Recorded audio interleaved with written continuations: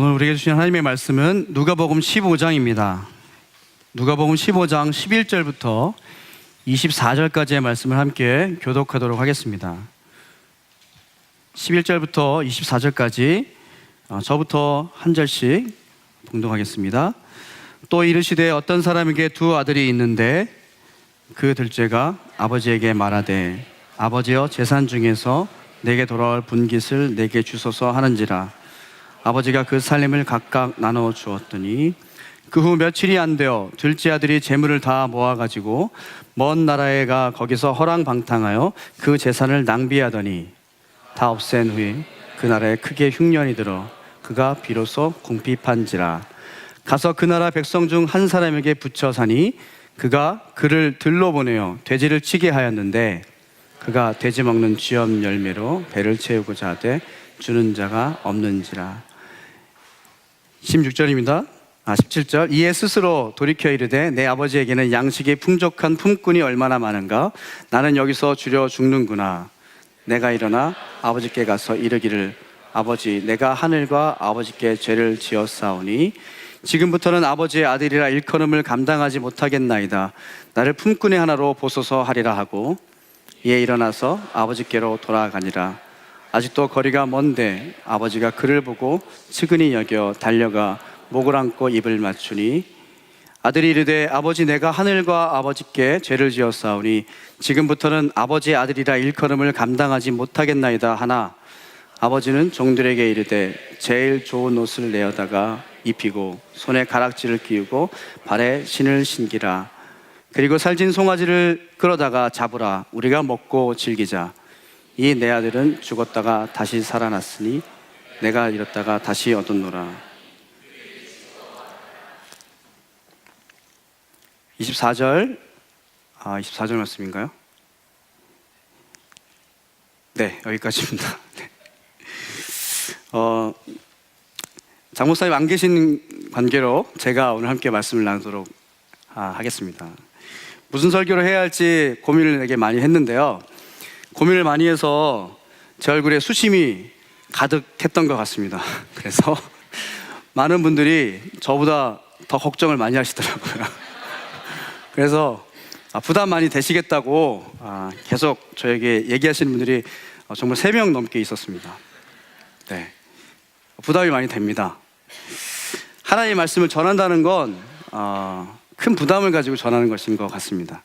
왜냐하면 제가 제 자신을 알고 또 하나님이 저를 아시기 때문에 연약하고 부족한 저를 쓰셔서 하나님의 거룩한 말씀을 전한다는 건 사실 저에겐 큰 부담임에 틀림이 없습니다. 그럼에도 불구하고 하나님께서 이 시간 우리에게 하나님의 사랑과 또 은혜를 다시 한번 깨닫게 하시고 우리에게 귀한 말씀을 통해서 결단의 시간을 우리에게 허락하실 줄 믿습니다. 이 시간을 통해서 함께 주의 은혜를 누렸으면 좋겠습니다. 우리가 읽은 본문은 우리가 너무나 잘 알고 있는 본문입니다. 제가 이 본문을 선택하게 된 것은 너무나 잘 알고 있기 때문에 그렇습니다. 너무나 잘 알고 있기 때문에 혹시나 우리가 잊을 수도 있는, 혹시나 우리가 그냥 지나갈 수도 있는 우리에게 주셨던 하나님의 은혜와 사랑을 이 시간 다시 한번 기억했으면 좋겠습니다.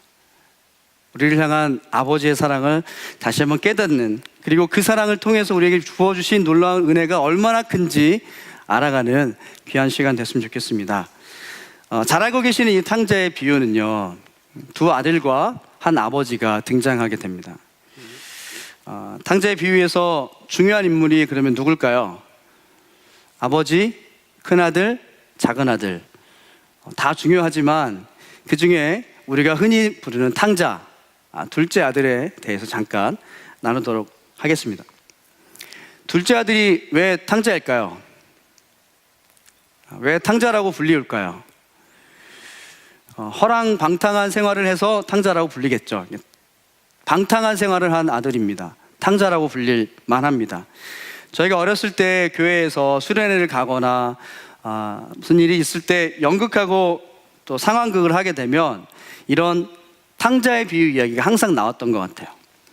그리고 그 역할을 하는 사람의 연기는 혼신을 다해서 비틀거리며 술 취한 모습으로 그려집니다. 저도 역시 그런 역할을 해본 적이 있었던 것 같은데요. 어떻게 하면 더 방탕한 모습으로 보일까 고민했던 적이 있었습니다. 그러니까 이렇게 술을 먹고 흥청망청거리며 환락의 도시에서 살아가는 모습, 이것이 방탕한 아들의 모습으로 그려지고 그런 이미지를 가지고 있다는 거죠. 아버지의 소중한 재산을 먼 나라에서 다 탕진한 아들의 모습, 확실한 탕자입니다. 그러나 예수님의 비유를 듣고 있던 이 청중들, 당시의 1세기의 이스라엘 사람들에게 있어서 이 탕자는 그렇기 때문에 탕자이기보다는 다른 이유들이 있습니다. 우리 12절 말씀인데요. 그 둘째가 아버지에게 말하되 아버지여 재산 중에서 내게 돌아올 분깃을 내게 주소서 하는지라. 분깃을 요구하고 있습니다. 현대인들에게 있어서 우리가 보기에는 어차피 자기에게 돌아올 이 유산을 미리 당겨서 달라라고 했던 그 요구가 물론 적당해 보이진 않지만 그래도 있을 법한 그런 일일 수 있습니다. 그러나 당시 유대인들 청중들에게 있어서 아들이 아버지에게 이런 요구를 했다라는 사실은요, 굉장히 큰 죄악입니다. 그 말은 무엇이냐면 멀쩡히 살아있는 아버지의 유산을 아버지 앞에서 달라라고 요구한다는 것은 그 아버지가 죽기를 바란다는 의미를 내포하고 있기 때문입니다. 1세기 당시에 그 가치관으로 볼 때 많은 망나니 중에서도, 탕자 중에서도 가장 저속한 그런 탕자와 같은 모습이라는 겁니다. 내 부모를 공경하라는 제5계명이 지배적인 그 율법으로 자리 잡고 있는 그 배경 속에서 아들이 아버지에게 죽어야만 받을 수 있는 유산을 달라라고 얘기했을 때 그 파장은 정말 엄청난 것입니다. 그 말에 다 그 얘기가 퍼졌을 거예요. 그렇기 때문에 이 탕자는 확실한 탕자가 맞습니다. 청중들은 이 얘기를 들으면서 오히려 현실감이 떨어진다고 생각했을 수도 있습니다. 어떻게 그런 아들이 있지? 어떻게 그럴 수가 있는가? 그리고 그가 희대의 탕자인 이유가 또 한 가지 있습니다. 13절 상반절입니다. 그 후 며칠이 안 되어 둘째 아들이 재물을 다 모아가지고, 버젓이 살아있는 아버지에게 유산을 요구한 것도 배은망덕한 행위이지만 받은 재산을요, 받은 즉시 며칠이 안 되어 다 현금화했다는 겁니다. 다 팔았다는 거예요. 이스라엘 민족들에게 토지 재산은 함부로 팔거나 양도할 수가 없습니다. 그렇죠? 그런데 그 재산을 모두 팔아서 현금화했다는 겁니다. 실제로 이스라엘 당시에 그 랍비의 판결 문헌에 보면 아버지가 미리 재산을 나누어 주었던 사례가 나옵니다. 그러나 재산을 물려받은 아들이요, 완전한 재산권을 행사하지 못하도록 막고 있어요. 즉 소유권을 가질 수 있지만 그것을 처분할 수 있는 권리는 가질 수 없다라는 판례가 있습니다.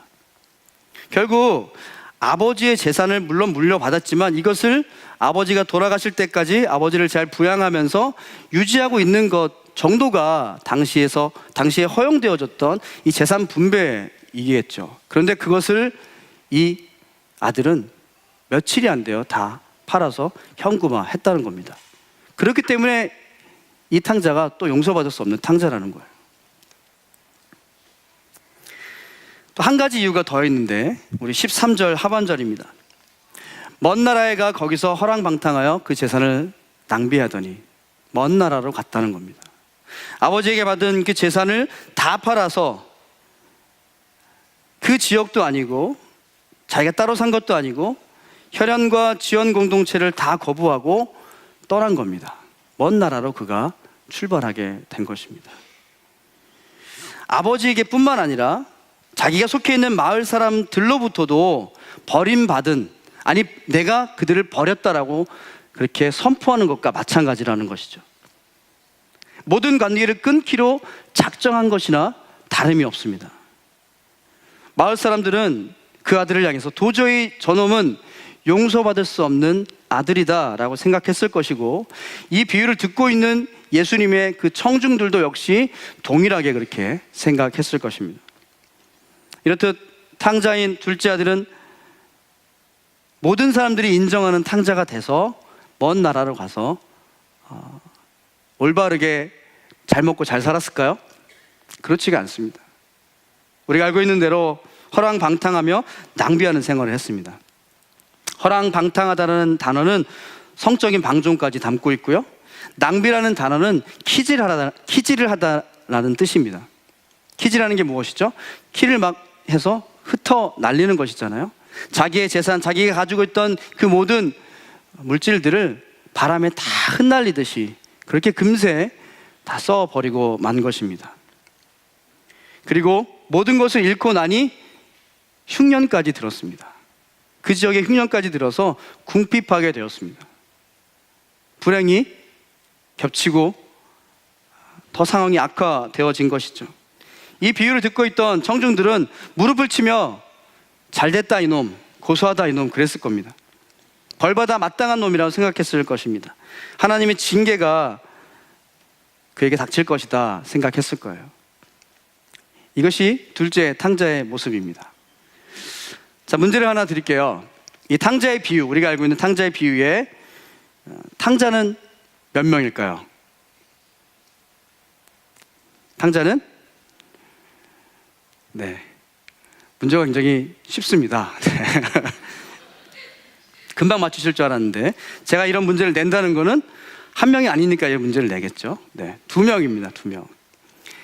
또 다른 아들인 큰아들도 역시 탕자입니다. 우리가 생각하고 있는 큰아들의 이미지는 어떻게 보면 할 말 하지 못하고 꾹 참고 있다가 마지막에 한마디 아버지께 했던 그런 아들, 아버지의 일을 도우면서 침묵하면서 그렇게 묵묵히 일했던 아들로 이미지가 되어져 있지만, 실제로 예수님 당시에 예수님의 이 이야기를 듣고 있는 청중들에게 있어서 둘째가라면 서러울 정도의 악질의 탕자가 또 이 큰아들입니다. 왜 그럴까요? 이스라엘 가정에서 장남의 위치는 굉장히 독보적인 존재입니다. 아버지 유사시에 아버지를 대신하는 절대적인 그런 권위를 가질 수 있는 존재가 장남입니다. 단지 많은 자녀 중에 하나가 아니고요, 그 장남을 통해서 아버지의 권위가 그 다음으로 승계가 되고 흘러가는 것이죠. 그래서 장남이 성인이 되면요, 자연스럽게 가정 내의 위계 질서가 이 장남에게 이렇게 전해지고 승계되어집니다. 그래서 가정 공동체에 어려움이 생기거나 특별히 그 가정 내의 명예를 훼손시키는 여러 가지 사건들이 있을 때 아버지와 함께 그 문제를 해결하는 것이 장남의 역할입니다. 또 한 가지 장남의 역할은요, 가족 관계 안에서, 가족 구성원들 안에서 문제가 생기고 어려움이 생겼을 때 그 사이에서 중재 역할을 해야 하는 것이 바로 장남의 큰 역할 중에 하나입니다. 이런 장남의 역할과 또 기대, 책임감을 청중들은 알고 있어요. 그리고 또 한 가지 장남의 특권은요, 다른 아들들에 비해서 유산을 2배로 받게 되어져 있습니다. 이런 특권과 그리고 장남이 해야 할 역할과 기대가 분명히 있습니다. 그걸 지금 청중들은 알고 있는 거예요. 둘째 아들의 황당한 요구, 이 동생의 정상적이지 않은 배은망덕한 이 요구로 인해서 가족이 굉장한 위기에 처해져 있습니다. 이때 청중들은 생각했을 겁니다. 큰아들이 있는데 큰아들이 분명히 중재를 할 것이다. 중재자의 역할을 할 것으로 기대했을 것입니다. 그런데 큰아들은 어떻게 했죠? 큰아들은 침묵했습니다. 아버지와 동생의 깨진 관계를 회복하기 위한 어떤 노력도 어떤 행동도 언급되어지고 있지 않습니다. 이것이 바로 큰아들의 큰 문제이고 직무유기에 가까운 큰아들의 모습입니다. 이것뿐만이 아니죠. 12절 하반절인데요, 아버지가 그 살림을 각각 나누어 주었더니, 아버지가 그 살림을 둘째에게 나누어 떼어준 것이 아니라 큰아들과 작은아들에게 각각 분배했습니다. 당연히 상속법에 따라서 둘째 아들보다 2배 많은 유산을 상속받았을 겁니다. 비유를 듣고 있던 사람들은 탕자라고 불리는 이 둘째 아들보다요, 오히려 조용히 유산을 받아 챙긴 이 첫째 아들에게 화살을 더 돌릴 것입니다. 더 분노를 느낄 수도 있을 것입니다. 장남은 어쩌면 침묵으로 아버지에게 재산을 요구하고 있었는지도 모릅니다. 중재 역할은커녕 작은 아들 동생을 통해서 이때다 싶은 생각을 했을 수도 있습니다. 둘째 아들은 아버지가 죽기를 바랬고, 첫째 아들은 이 기회를 이용해서 조용히 자기의 몫을 챙겼습니다. 결국 이 두 아들 모두 탕자라는 거죠. 두 아들 모두 용서받을 수 없는 탕자라고 그 동네 사람들뿐만 아니라 또 예수님의 비유를 듣고 있는 청중들도 느꼈을 겁니다.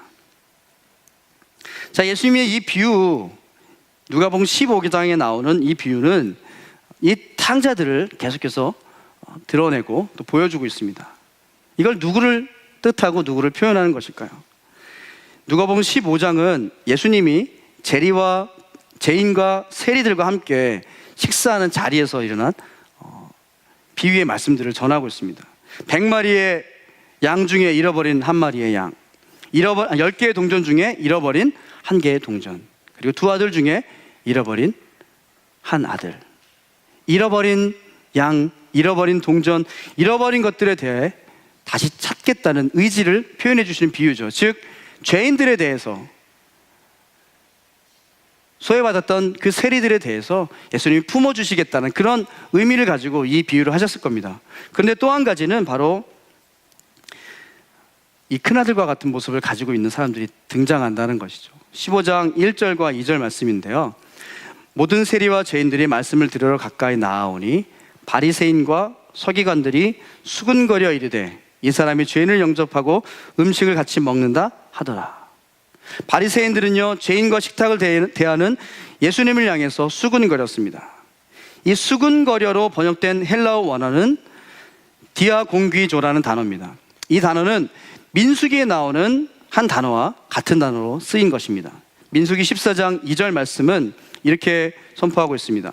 이스라엘 자손이 다 모세와 아론을 원망하며 온 회중이 그들에게 이르되 우리가 애굽 땅에서 죽었거니와 이 광야에서 죽었으면 좋았을 것을, 이렇게 원망하는 장면이 나옵니다. 여기에 원망하다라는 단어와 같은 단어입니다. 가나안 땅을 탐지했던 12 정탐꾼의 보고를 듣고 모세와 아론에게 죽을 것 같은 느낌이 드니까 원망하며 불평을 터뜨렸던 그 백성들, 이스라엘 백성들이 모세와 아론을 배척했던 것처럼 서기관과 바리새인들도 지금 이 예수님을 배척하고 있습니다. 그리고 이 탕자의 비유를 통해서 바리새인과 서기관들, 이 큰아들과 같은 집 안에 있는 탕자, 바로 너희들이다, 비유로 이야기하고 계신 것이죠. 즉, 예수님과 식탁을 대했던 세리와 죄인들, 작은 아들과 같은 그런 잃어버린 아들일 뿐만 아니라 바리새인과 서기관들, 큰아들과 같이 중재하지 아니하고 정죄하며 묵묵히 자기의 이속만 챙겼던 큰아들과 같은 바리새인과 서기관들에게 동일하게 이 말씀을 비유로 설명하고 계신 것입니다. 그것을 깨닫고 있는지 알 수 없죠. 이 비유가 오늘 저와 여러분에게도 또 동일하게 어떤 비유로 다가올 것이라고 생각됩니다. 전통적으로 이 비유 해석에서 그 작은 아들의 모습은요, 바로 하나님이 알지 못하는 믿지 않는 불신자로 해석이 됩니다. 그러나 이 시간 함께 나누고 싶은 것은, 우리가 생각할 수 있는 또 한 가지 해석은 바로 주님의 자녀로 부름받고 구원받은 성도로 살아가고 있던 우리들이 우리의 죄악으로 인해서 넘어질 수 있는 그런 상황 속에 있는 많은 크리스찬들을 말하기도 합니다. 우리들은 그리스도로 인하여 하나님의 자녀된 자들입니다. 여러분 믿으십니까? 이 작은 아들이 탕자임에도 불구하고 여전히 아들이듯이 우리도 여전히 하나님의 자녀입니다. 그러나 어느 때에는 우리에게 아직 남아있는 그 죄의 본성으로 인해서 다시 죄인의 길에, 그 길에 들어서게 되는 그런 경험이 있다는 것이죠. 여러분에게 새 옷이 생겼다고 한번 생각해 보십시오. 여러분 새 옷을 사시면 이 새 옷을 어떻게 입기를 원하셔요? 가장 좋은 곳에, 가장 그 옷이 드러나는 곳에 그때 입으려고 하겠죠. 그리고 이 옷에 뭔가 묻지 않게 하기 위해서 깨끗하게 입기를 원할 겁니다. 새 신발을 사도 마찬가지죠. 신발에 흙이 묻는 게 싫어서 개인적으로는 집안에서 계속 신발을 신은 적이 있었던 것 같아요. 어렸을 때. 그 정도로 이 새 신발, 새 옷은 깨끗하게 사용하길 원합니다. 그런데 그렇게 잘 안 되는 것이죠. 어느 순간 옷에 뭔가 묻을 수 있습니다. 김치 국물이 묻기도 하고 짜장면이 묻을 수도 있습니다. 자, 그런 게 묻었을 때 여러분 어떤 생각을 하게 됩니까? 그런 게 묻으면 어떤 분들은 이 옷을 깨끗하게 세탁해야 되겠다 생각하겠죠. 빨아야 되겠다. 대부분 그렇게 생각할 겁니다. 그런데 어떤 사람은 이왕 더러워진 옷, 이왕 더럽혀진 옷 조금 더 그냥 더 더럽혀진 다음에 그 다음에 빨래하자, 나중에 빨래하자 생각할 수도 있을 것입니다. 우리는 하나님의 자녀가 되는 순간 새 옷을 입은 사람들이죠. 새로운 피조물입니다. 새롭게 된 사람들입니다. 깨끗하여진 이 옷에 그런데 뭔가가 묻을 수 있다는 거죠. 죄를 지울 수 있다는 겁니다. 그러면 어떻게 해야 되는 게 정상적인 것입니까? 옷이 묻었을 때 세탁하면 되는 겁니다.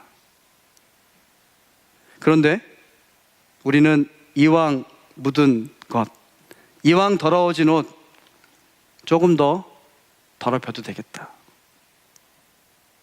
조금 더 더러워져도 천천히 세탁하자.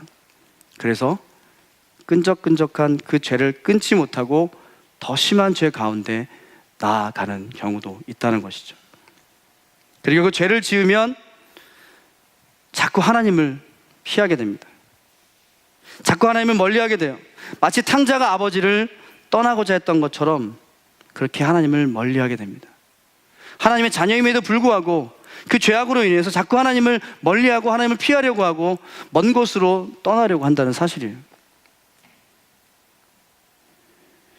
이런 모습이 날마다 이어질 수도 있습니다. 한 달, 두 달, 1년, 2년 그렇게 하나님과 멀리하는 삶을 살아갈 수도 있다는 거예요. 여러분 그런 상태로 예배를 드릴 수 있을까요? 이론적으로는 예배를 드릴 수 없습니다. 그런데 문제는 예배를 드릴 수 없을 것 같은데 예배를 드리더라는 겁니다. 그저 앉아서 이방인과 같이 하나님의 자녀됨이 아닌 종교 생활로 앉아 있을 수 있다는 겁니다. 이런 상태의 사람들은 하나님의 자녀가 되었지만 여전히 내 삶의 주인이 바로 나인 사람들이겠죠.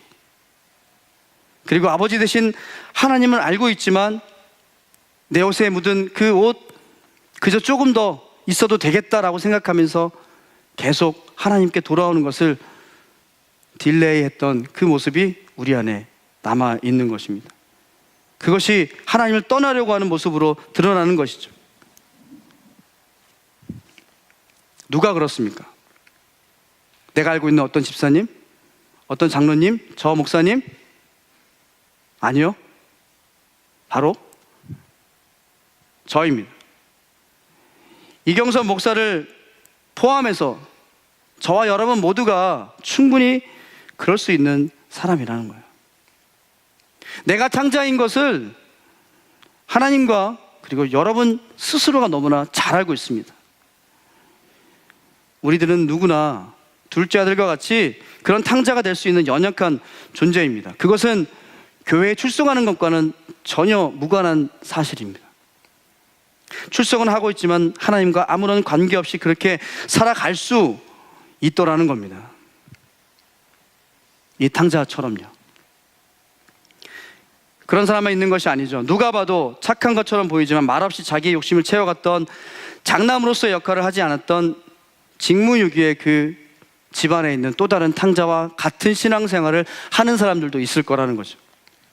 빛과 소금의 역할을 감당하지 못하고 세상의 불의에 대해서 아무런 중재 역할을 하지 않고 침묵하고 있는 우리들, 그저 종교 생활들을 통해서 마음의 편안함들, 영적인 이익만 챙기고 있다면 집안의 또 다른 탕자와 다르지 않다는 사실입니다.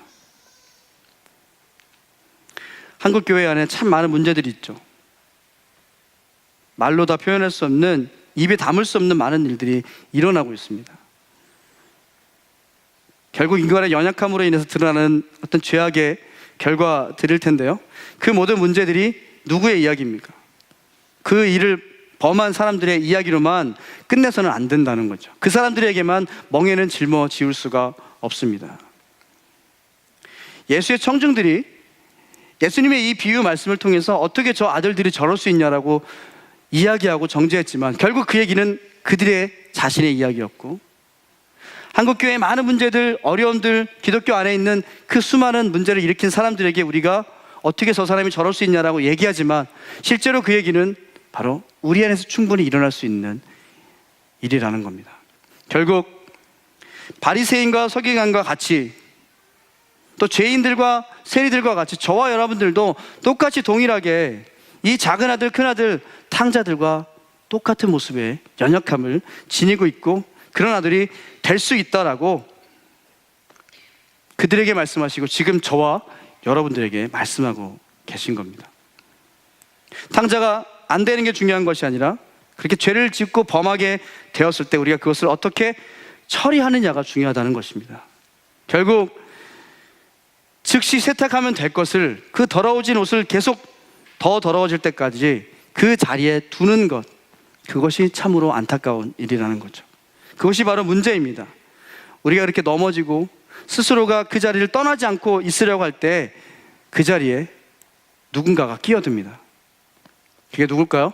바로 사단이죠. 사단이 우리 가운데 작용합니다. 우리가 그렇게 점점 멀어진 곳으로 갈 때 사단이 우리를 더 쓰러뜨리려고 합니다. 어떻게 속삭일까요? 하나님은 너를 용서하지 않을 거야. 너의 죄악으로 인해서 너가 받은 구원은 지금 손상을 입었어. 너는 더 이상 돌아갈 수 없는 그런 존재가 됐다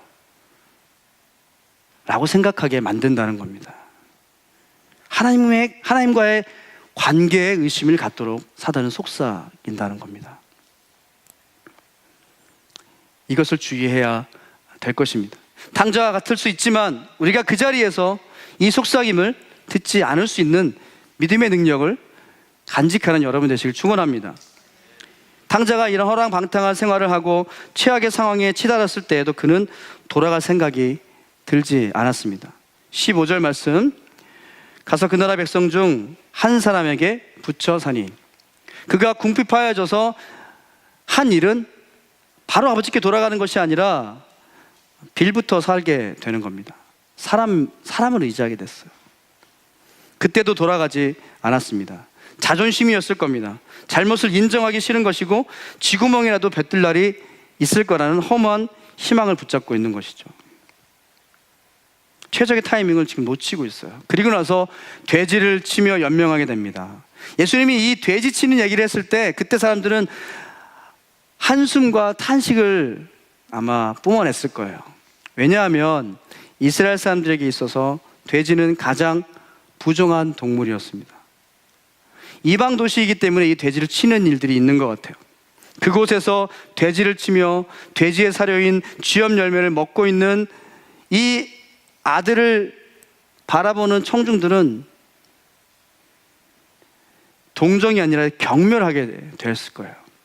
최악의 상황으로 치달았구나. 용서받을 수 없는 자다. 그러나 그때 그가 이제 돌아가기로 결심하게 되는 일이 일어나게 됩니다. 17절 말씀인데요, 이에 스스로 돌이켜 이르되 내 아버지에게는 양식이 풍족한 품꾼이 얼마나 많은가. 나는 여기서 주려 죽는구나. 그가 돌이켜 아버지의 집을 이제 기억하게 된 것입니다. 그리고 방향을요 바꾸어 가게 됩니다. 끝없이 죄의 수렁으로 빠져갔던 그의 길을, 그 길의 방향을 이제 다른 방향으로, 어디요? 바로 아버지가 계신 곳으로 바꾸어 가고 있습니다. 여러분, 성령께서는 우리가 죄의 길에 들어섰을 때 그냥 두시지 않으시는 줄 믿습니다. 돌이킬 기회를 주시고 상황을 통해서 알게 하시고 깨닫게 하시고 기억하게 하십니다. 끊임없이 말할 수 없는 그 탄식으로 중보하시면서 계속해서 우리가 돌아오기를 기도하고 계신 것입니다. 그때 우리가 그것에 민감하게 반응하며 그것을 깨달아야 되는 것이죠. 깨닫고 진심으로 주님께 돌아올 수 있는 이 아들과 같이 스스로 돌이켜 돌아올 수 있어야 됩니다. 그리고 아들이 깨닫고 진심을 담은 고백을 지금 하려고 하고 있습니다. 18절, 19절 이 두 절을 통해서 자기의 마음을 담아서 아버지에게 그 회개문을 작성하고 있어요. 19절 말씀인데요, 지금부터는 아버지 아들이라 일컬음을 감당하지 못하겠나이다. 나를 품꾼의 하나로 보소서 하리라 하고, 더 이상 자기 스스로를 아들이라고 생각할 수 없게 된 것입니다.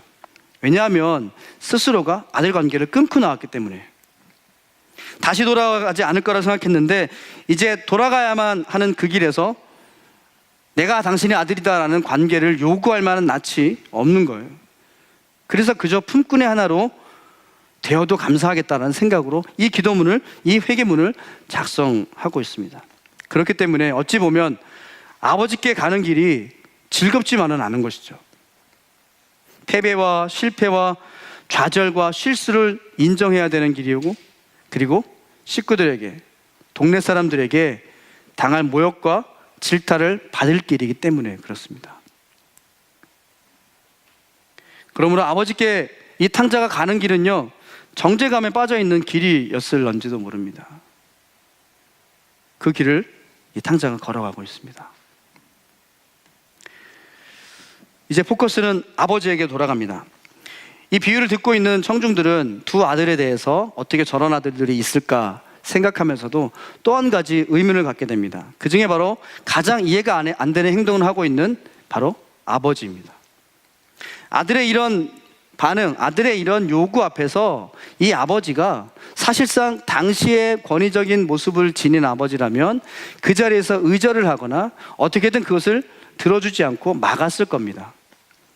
그리고 아들 관계를 끊으라고 사회적인 압박을 받았을 거예요. 당시의 동네 엘더들로부터 저런 아들은 호적을 파야 된다는 얘기를 분명히 들었을 거예요. 그렇게 하지 않으면 사회적으로 오히려 아버지의 명예가 실추되어지고 매장당하거나 제명당할 수 있는 상황인데도 불구하고 12절에 보시면 아버지는 아들이 떠날 때 살림을 나누어 주었습니다. 여기서 살림이라고 번역된 이 비오스라는 단어는요, 생명, 인생, 자신이 가진 모든 것을 의미합니다. 자신이 가진 모든 것을 나눠준 거예요. 많이 갖고 있는 예금의 일부를 인출해서 준 것이 아니라 자기의 생명을 다 나눠 주었다는 의미입니다. 아무 조건 없이 원하는 대로 생명을 내어 주었습니다. 그래서 더 무능해 보이고, 그래서 더 나약하고 초라해 보이는 게 이 아버지의 모습입니다. 그런데 이것이 아버지의 마음이고 결론적으로 이것이 하나님의 마음입니다. 인간을 향한 하나님의 마음, 하나님의 사랑, 바로 그 마음이 이 아들을 향한 아버지의 표현을 통해서 드러나고 있습니다. 그렇게 떠나는 아들이 원하는 것을 다 주고, 그러고 나서 아버지가 한 일은 무엇입니까? 바로 그 아들이 돌아오기를 매일매일 기다렸던 것입니다. 스스로 아버지께 돌아오는 길을 택하리라고 믿으면서 하루도 빠짐없이 동네 어귀에 나아가 아들이 보일 법한 높은 곳에 올라가서 아들을 매일마다 기다렸습니다. 15장 20절 말씀입니다. 이에 일어나서 아버지께로 돌아가니라. 아직도 거리가 먼데 아버지가 그를 보고, 아들이 돌아오는 길에 멀리서 이 아버지가, 매일마다 기다리던 이 아버지가 아들을 발견하게 됩니다. 거리가 굉장히 먼데 아버지가 그를 발견했다.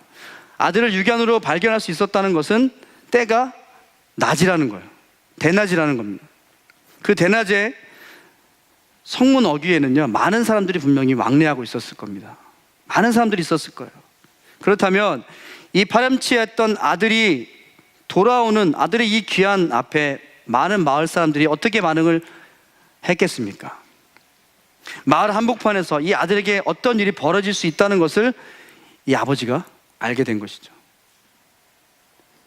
그래서 아직 거리가 먼데도요, 아버지가 그를 보고 어떻게 했습니까? 달려나갔습니다.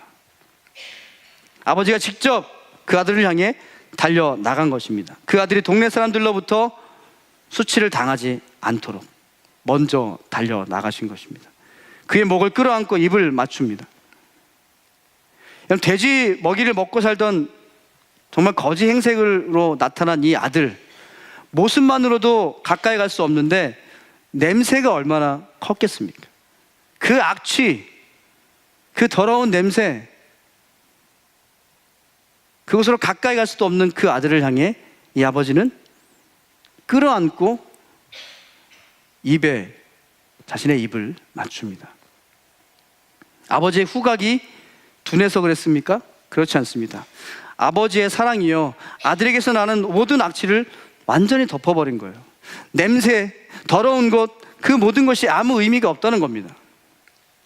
더 이상 더러울 수도 없고 더 이상 냄새 날 수도 없는 그 아들을 껴안고 입을 맞추게 됩니다.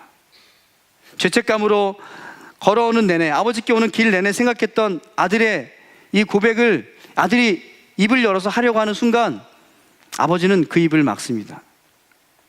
그 말을 다 채 하기도 전에 입을 막고 이제 아버지가 선포합니다. 그에게 옷을 입히고 신을 신기고 잔치를 벌이자. 이것은 무슨 말입니까? 이제 주도권은 아들 너에게 있지 않고 나에게 있다는 것을 선포하는 거예요. 이제 네가 아니라 아버지, 내가 너의 신분과 너의 상태에 대해서 결정한다라고 아들에게 선포하고 있는 모습이라는 거죠. 더 이상 너의 마음대로 할 수 없다 선포하고 잔치를 벌입니다. 회복의 잔치, 그 동네 그 공동체 안에서 이 아들이 다시 한번 회복할 수 있는 그 잔치를 벌이는 거예요. 그리고 품꾼의 하나가 아니라 진정한 아들로서, 참 아들로서 그 지위를 인정해 주는 거예요. 정말 이해할 수 없는, 누구도 이해할 수 없는 아버지의 모습이죠. 듣지도 보지도 못했던 그 은혜를, 말도 안 되는 그 은혜를 베푸시는 이 아버지의 모습, 왜 사람들에게 이해가 되지 않는 이 아버지의 모습을 예수님은 비유로 그려내고 계신 것입니까? 그것은 바로, 이것이 바로 우리가 상상하지도 못하는, 너희가 상상하지도 못하는, 이해가 되지 않는 바로 하나님의 나라, 복음이라는 것을 말씀해 주기 위함인 것입니다. 여러분, 하나님은 오늘도 탕자인 저와 여러분을 기다리고 계십니다. 죄책감과 실패감으로 걸어오는 우리가 수치를 당하지 않게 하시기 위해 오늘도 먼 발치에서 우리가 돌아오기를 기다리고 계십니다. 하나님은요, 우리의 죄악된 모습 그대로 받아주시고 우리에게 입을 맞춰 주시는 분이신 줄 믿습니다. 우리의 더러움, 우리의 악취, 우리의 모습을 다 덮으시면서 안아주시고 입을 맞춰 주시는 분이 바로 우리 아버지 되신 하나님이신 줄 믿습니다. 바로 예수 그리스도의 십자가로 우리가 당해야 하는 그 수치와 모욕을 대신 당하게 하시고 지금 우리가 돌아오기를 간절히 기다리시는 분, 그리고 우리가 돌아왔을 때 내 삶의 주도권은 나에게 있지 않냐고 바로 하나님에게 있음을 당신이 가지시겠다고 선포하시는 분이 바로 우리 아버지 하나님이십니다. 탕자의 아버지는요, 단 하루도 그 아들을 당신의 아들이 아닌 것으로 여긴 적이, 생각한 적이 절대 없습니다. 그렇기 때문에 그가 돌아왔을 때 아무 조건 없이 그를 맞이할 수 있었던 것입니다. 우리는 하나님의 자녀입니다. 여러분 믿으십니까? 하나님의 아들이고 하나님의 딸입니다. 그 관계는 절대 변하지 않는 관계입니다. 우리가 어떤 죄를 짓고 어떤 추악한 모습을 하고 어떤 악취가 난다 할지라도 하나님의 그 자녀됨은 변치 않는 사실입니다. 이것이 복음이고 이것이 은혜인 것이죠. 탕자는 스스로 아들이 아니라고 얘기하면서 아버지께 나아갔지만 아버지는 절대로 그 아들을 아들로 여기지 않은 적이 없습니다. 어떤 죄악도 어떤 범죄도 아들이 아닌 것으로 바꿀 수는 없다는 것이죠. 여러분의 자녀가 흉악한 범죄를 저질러서 법정에 있다고 한번 생각해 보십시다. 그런 일이 있어서는 안 되겠지만 그런 죄를 지어서 계속해서 반복한 죄를 지어서 재판 자리에 서 있다고 생각해 봅시다. 그때 재판관이 여러분에게 묻습니다. 저 사람이 당신의 자녀가 맞습니까? 여러분 뭐라고 대답하시겠습니까? 차라리 내 아들이 아닌 것으로 하고 싶은 마음이 들겠습니까? 아니면 그 아들이 어떤 아들인지 알기 때문에, 아니 다른 건 다 떠나서 다른 사람들은 다 욕하고 벌받아 마땅한 탕자라고 손가락질 해도 내 아들이니까 그 자리에서 눈물을 흘리며 내 아들이 맞다라고 하시겠습니까? 어느 부모가 내 자녀가 아니라고 얘기하겠습니까? 아니 사람의 부모는 그렇게 얘기할지어도 절대 하나님은, 우리 아버지의 하나님은 절대 우리를 모른다 하시지 않을 겁니다. 그래서 이 바울의 고백이 우리의 고백인 줄 믿습니다. 로마서 8장 23절 말씀대로 누가 우리를 그리스도의 사랑에서 끊으리요? 누가 우리를 그리스도의 사랑에서 끊으리요? 끊을 수 없습니다. 어떠한 것도 우리를 하나님의 사랑으로부터 끊을 수 없습니다. 어떠한 죄악도 어떠한 흉악함도 우리를 하나님의 자녀됨에서 끊을 수 없는 줄 믿습니다. 우리가 하나님의 자녀가 되고도 하나님을 떠나고 범죄합니다. 어쩌면 우리가 죄를 짓고 죄와 함께 살려고 할 때마다 집을 나갔던 둘째 아들 그 탕자의 모습들이 우리 안에 있는지 모릅니다. 그리고 많은 사람들이 이왕 버린 몸 더 더러워지게 두자는 마음으로 포기하며 살기도 합니다. 내 더러워진 모습으로 또 죄책감에 쌓이기도 합니다. 그래서 하나님을 피하고 하나님을 멀리하고 떠나려고 합니다. 그러나 하나님은요, 우리를 정죄하지 않으십니다. 그리고 돌아오기를 기다리십니다.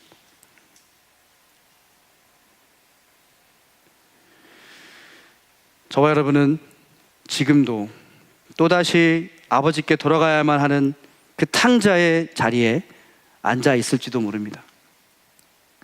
죄의 자리를 털고 아버지가 기다리시는 그 자리로 가야 하는 상황에 있을지도 모릅니다.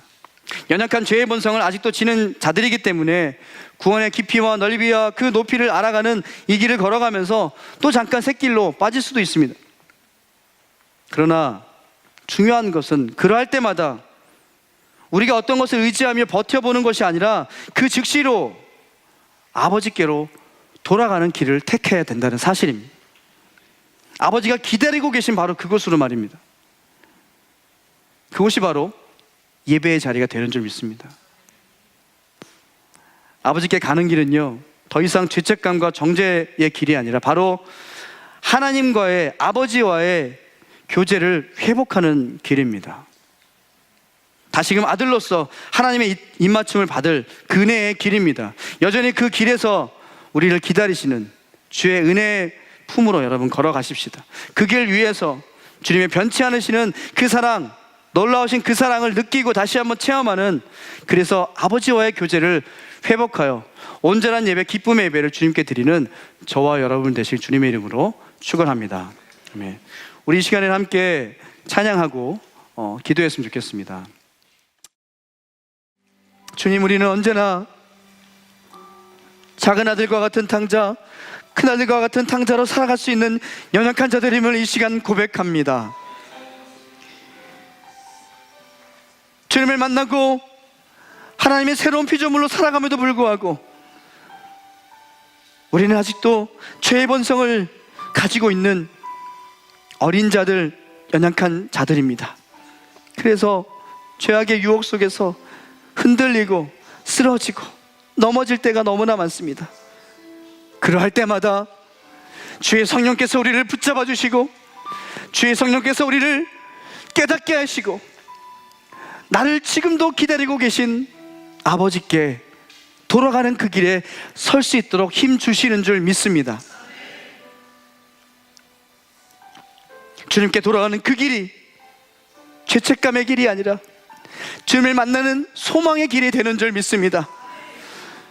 그리스도의 사랑으로 자녀된 우리가 세상의 어떤 것도, 어떠한 흉악한 죄로도 끊을 수 없음을 이 시간 고백하며 나아가오니, 비참한 그 길에서 다시 돌이켜 아버지께 돌아가는 그 길에 주님 온전히 서게 해주시고, 나의 추악한 모습, 나의 냄새나는 모습과 전혀 상관없이 우리를 안으시고 우리에게 사랑의 입을 맞추시는 하나님의 품에 온전히 안기는 삶을 살아가게 하여 주시옵소서. 주의 은혜와 주의 사랑을 다시 한번 깨닫는 오늘 귀한 시간, 오늘 하루 나의 삶이 되게 하여 주시옵소서. 주님의 온전한 거룩한 사랑을 다시 한번 깨닫길 소망하오며 우리를 끝까지 사랑하시는 걸어가신 예수님의 이름으로 기도하옵나이다. 아멘.